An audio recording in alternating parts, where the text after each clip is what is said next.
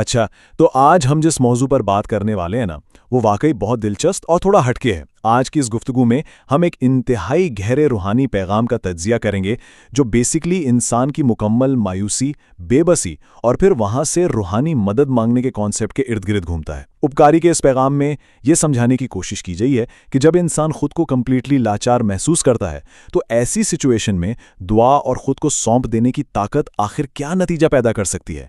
इस तज्जिए के जरिए हम इन दावों को बिल्कुल उनकी असल शक्ल में और मुकम्मल गैर जानिबदारी के साथ समझने की कोशिश करेंगे। तो चलिए इसमें थोड़ा गहराई से देखते हैं और इस बुनियादी सवाल से शुरुआत करते हैं। सोचिए जरा, जब जिंदगी के तमाम रास्ते बंद नजर आएं, हर कोशिश नाकाम हो रही हो और कोई सहारा ना बचे, तो आखिर बंधा जाए कहाँ? ये एक ऐसी आम इंसानी हालत है जिसे हम सब अपनी जिंदगी में कभी ना कभी जरूर फेस करते हैं। जरिए के मुताबिक यही वो एग्जैक्ट लम्हा है जहां से इस पैगाम का आगाज होता है। ये पैगाम इसी खौफ और अकेलेपन का जवाब तलाश करने की एक रूहानी कोशिश है। और यहीं से इस रूहानी सफ़र का पहला कदम शुरू होता है, यानी मुकम्मल बेबसी का इकरार। इस सिलसिले में सोर्स ने जिस बात पर सबसे ज्यादा जोर दिया है, वो अपने खालिक से बिल्कुल डायरेक्ट और बरे रास्त बात करना है। देखें, ये महज कोई रस्म नहीं है, बल्कि अपनी अना और ताकत के गुमान को साइड पर रखकर खुदा के सामने इस बात का खुलकर एतराफ़ करना है कि हमारे पास अपनी कोई ताकत बची ही नहीं। इस मकसद के लिए जो अहम वजीफ़ा तजवीज़ किया गया है, वो इंतहाई सादा अल्फाज पर मबनी है। या अल्लाह, मैं बेबस हूँ, तू बेबस नहीं। मुकर्रर इस दुआ को एक आखिरी सहारे के तौर पर पेश करते हैं, और उनका दावा है कि अगर इस तस्बीह को सुबह और शाम पढ़ा जाए तो इसके असरात निहायत हैरान कुन होते हैं। यहाँ किसी कॉम्प्लेक्स फ़लसफ़े के बजाय बिल्कुल सादा अल्फाज में अपनी बेबसी का ऐलान करने पर जोर दिया गया है। अब इस स्लाइड के बारे में जो बात वाकई दिलचस्प है ना, वो ये है कि इसमें इस्तेमाल होने वाले अल्फाज की हकीकी गहराई क्या है। यहाँ तस्बीह का मतलब सिर्फ हाथ में दाने घुमाना नहीं है, बल्कि एक ही फरियाद को बार बार इस यकीन के साथ दोहराना है कि मदद ज़रूर आएगी। और बेबस लफ्ज़, इसका यहाँ इस्तेमाल अपने अंदर एक एब्सोल्यूट लाचारी को समेटे हुए है, मतलब एक ऐसी हालत जहाँ दुनिया का कोई वसीला काम ही नहीं आ रहा।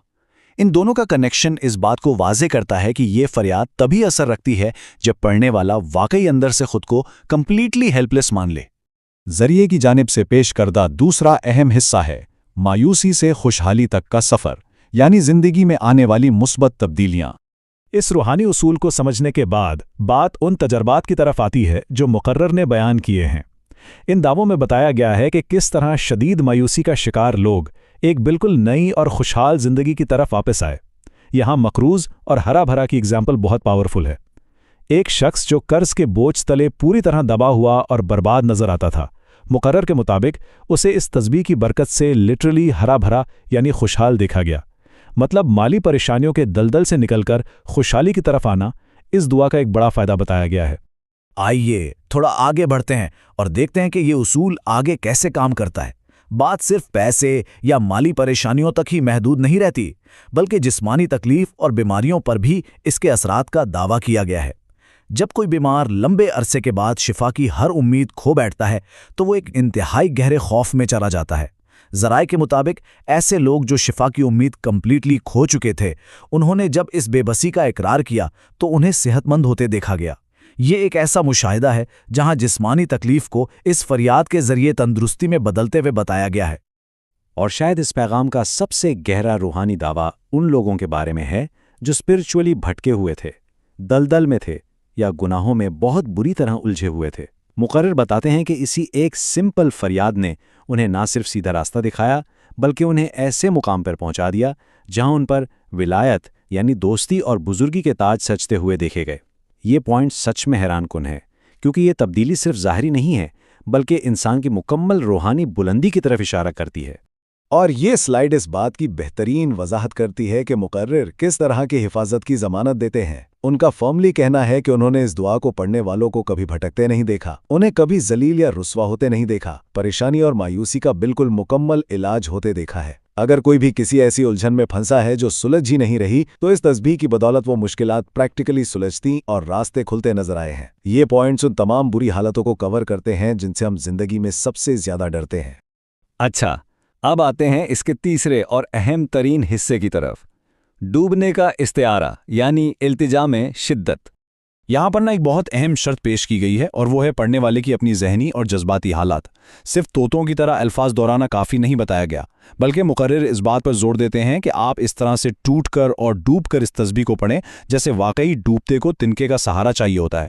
ذرا تصور کریں ایک شخص کا جو گہرے پانی میں ہوتے کھا رہا ہے، سانسیں ٹوٹ رہی ہیں، اس وقت اس کی فریاد میں کتنی شدت ہوگی، وہ ڈیسپریشن، وہ تڑپ، وہ صرف یہی چاہتا ہے کہ مجھے بس کوئی بچا لے۔ سورج کا بنیادی پیغام یہ ہے کہ جب تک دعا میں اس لیول کی بے چینی اور ٹوٹنا شامل نہیں ہوگا، سچی بے بسی کا اقرار مکمل نہیں ہوتا۔